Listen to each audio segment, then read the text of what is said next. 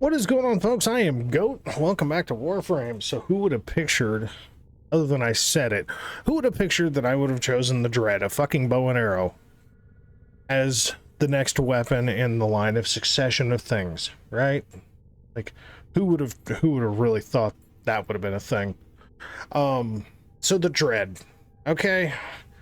It's a very interesting, very basic bitch bow and arrow with a very intriguing passive ability that basically, it has a passive percentage. I don't even remember what in God's name the percentage is, but it does have a passive percentage of decapitating enemies when you get a headshot.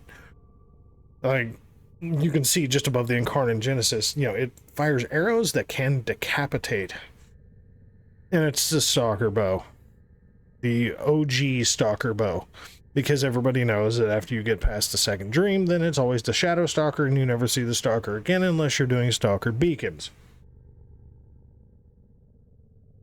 which puts me in the pickle because I wanted the despair as well, which I did go ahead and Big Papa Joe covered my butt while I was on vacation and went ahead and handled getting the hate and the despair Incarnon Genesis for me, but I hate throwing knives, so I sold the despair a couple of years ago.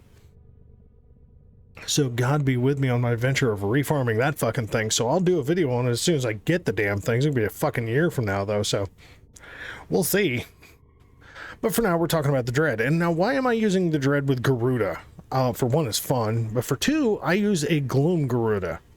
One of the few frames that I actually do use Gloom on, because I do not like Blood Altar.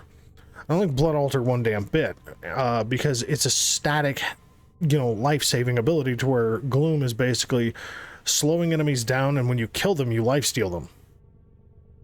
Really not upset with that particular function.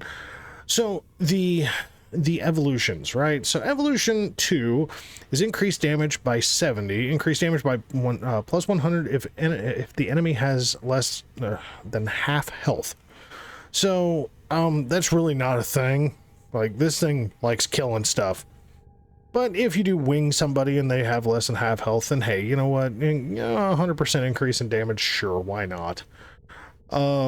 Increase ammo capacity to 144. Now, this is one you can go whatever the fuck you want to. If you're really good with headshots, this is absolutely not necessary at all. For me, I'm horrible with headshots. We know this. So me having a surplus of fucking arrows that even Robin Hood would laugh at is probably for the best.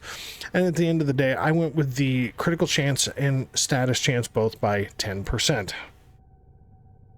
Again, it's kind of, I have been finding that the Incarnon side, there are some that are just blatantly obvious, and then there are some, like this one, gets a little bit more, you know. So, I've got two builds, no Riven. Now, I've got just kind of a standard viral slash, okay, and then I have the scope build, which is bladed rounds and galvanized scope. And, you know, vial acceleration for fire rate insanity, which you really do not need. Okay, like I've got Prime Shred. Prime Shred is more than enough. If you don't have Prime Shred yet, Vial Acceleration is very easy to get. It's just a corrupted mod that you get from the Deimos vaults, so not a hard thing to get, and it does increase the fire rate even better. But this is just pure red crit hell, staying scoped in, or staying sighted in all the goddamn time. This is just more of a fun play style for me. Okay, 100 munitions because it's very much crit based. Couple of 60/60s just to save space, but also give me some status because, you know, hey, we're built into status with the 4th evolution anyway. Hammer shots on here, again, building into the status, but I didn't go with galvanized aptitude because even though a stackable status sounds nice, it's really the crit that you're more aimed at with this thing. Terminal velocity, personally for me, just to make the arrows get there quicker so they don't dip down due to gravity quite as much. So it makes the headshots a little bit easier for me. It's absolutely not necessary. Okay, like you can save a Forma by not putting terminal velocity on there. So this could be a 3 Forma build for you. But personally, you know, like arrows, I personally think that they should show fall off because the arrows do fall down. But fall off in regards to this game is more damage reduction as the, you know, bullets travel farther. So shotgun pellets and so on. To where arrows keep their damage, but they just fall off, you know, that way. So they maintain their damage all the way across, but you might shoot a motherfucker in the pinky toe rather than the head if they're too far away. Just saying. So this is the build I've been having fun with. Okay, so it ends up being 180% crit, 5.6 multiplier, 90 status, doing 942 base damage. And then a charge shot is 180% crit, 5.6 multiplier, 90%, doing 1607. So basically a quick shot is just tap trigger, fire an arrow. Charge shot, charge that bitch all the way up, and you do more fucking damage. Derp, no duh. So the Incarnon side, the accuracy is it's as bad as the base. It's 16.7. Believe me, it doesn't fucking matter. Charge rate's a little bit slower this way, which is fine. Truthfully, it's all fine. Sorry. Max charges of 20. I find that to be okay. You know, like, again, like, I'd like to see like 40 or 50, but, you know, 20's fine. I mean, I'm sorry, you give me the Burstin with 600 rounds, you give me the Boltor with like 170 or 200 rounds, you know, you give me the Soma with like 170 to 200, somewhere in that range, you know, or 240 or something like that. You know, just crazy ass ranges. Then you give me these weapons with 20. The Strun, 20. You know, the Zylok that we just saw, 12. You know, I question why it's so low, but then again, once you see the Incarnon side in action, it's really not that bad. So 180% crit, 8.4 multiplier, 120% status, doing 1861. And this thing is basically kind of like an Incarnon Void Swath Blade of Death. Okay? So we're gonna go do this. It's something, man. It's definitely something. I mean, I could die doing this. I've been testing with this build, so I could die. It's fine. Your enemies have groomed fears. Use all that you have learned. I know, I could use Garuda's 3 and charge energy, but why? Why do I fucking care?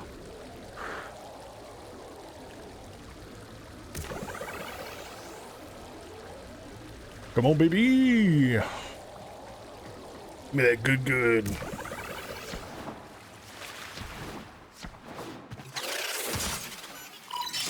Good times. We like it. They have just shut down all systems. I'm sending life support capsules your way.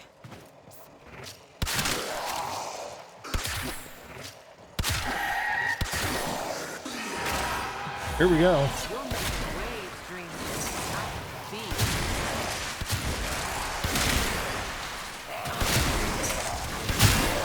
I mean, it just sends like this wide blade of death at the enemies.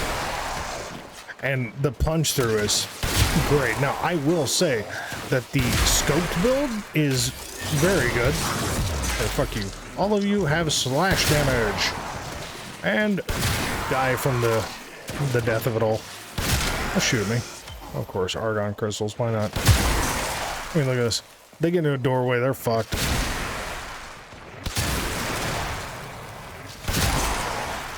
I mean, this is like kill a motherfucker behind a motherfucker.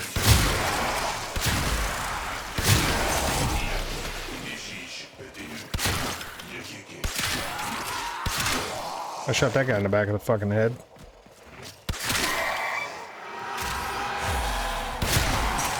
Yeah, I was literally aiming between those guys.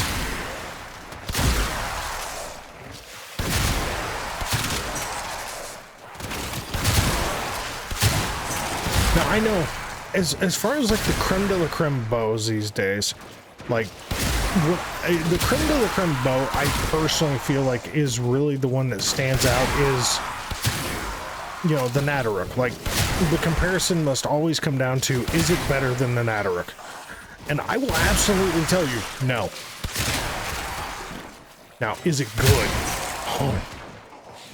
Especially when you know, pull down the galvanized scope and bladed rounds. Hey, buddy. How you doing?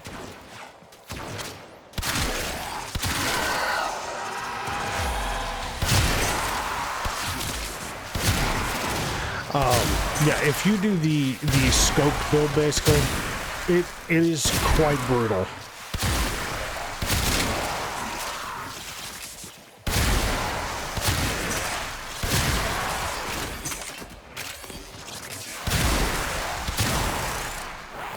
And the one funky thing is, like, you can't just, like, do a real quick shot. You have to, like, at least get about a half a pull on this fucking thing. Oh, I really thought that those might actually count towards a headshot.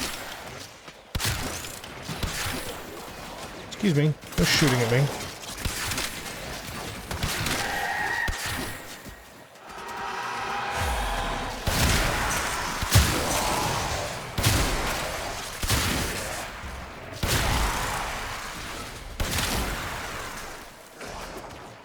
And I can tell you, yes, I know this seems like a boring playstyle, but when you're doing it solo, it kind of is. When you've got this set up in a squad, it's actually kind of fun.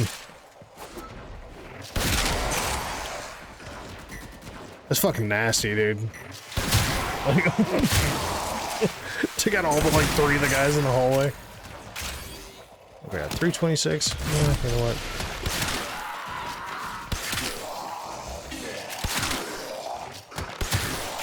Gotta admit though, makes it real easy to get the headshots when they're fucking moving with the speed of smell, doesn't it? Like half the speed of smell anyway. Oh, I'm sorry. What? Oh, I thought I saw a Leech Xmas there. Okay, drone, would you die?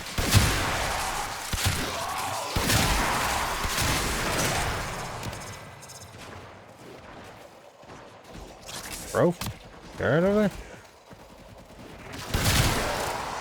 Oh, you're still alive. I'm telling you, man, I got argon falling out of my ass from doing all these tests and videos and everything. Oh, yeah. So I got a guy over there, and arrows just flying straight to him.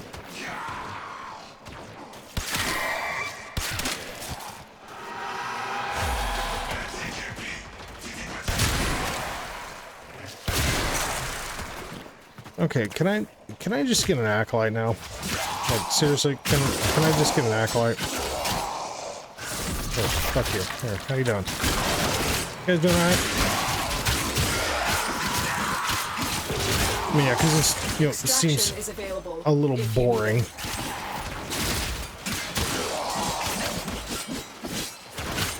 Hey, bitch. Good times, right? See, Gloom build may seem boring, but man, you break out her fucking claws on somebody and it's just like her talons. Really?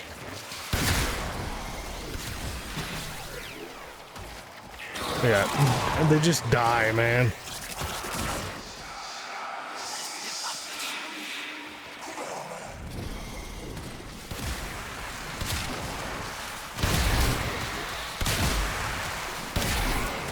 Life support levels.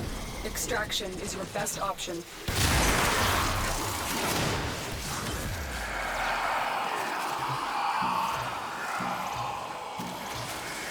I mean, again, can you use this with like any frame? Of course you can.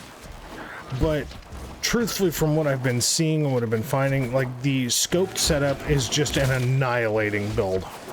It's very good. Like, again, the only complaint that I have is the amount of charges that you get. That's literally it. Like, I wish it had more. Sorry, I was trying to figure out where the fuck I was going. Here, hold on. Go away, blood clot. You are a blade. There's a reason I used to have her loadout name as period piece, but you know. Extraction is ready. Overall, is the Dread good? Yes. Would I recommend doing the scoped build over just my fun build? Yes. But will the fun build work? Abso-fucking-lutely it will. And again, if you don't have Prime Shred, just go with Vital Precision. It's actually going to fire faster anyway. You'll just lose a little bit of base damage, but the crit more than makes up for it. So, folks, that's what I got for the Dread. So, thank you very much for watching. As always, we'll catch you in the next one, all right?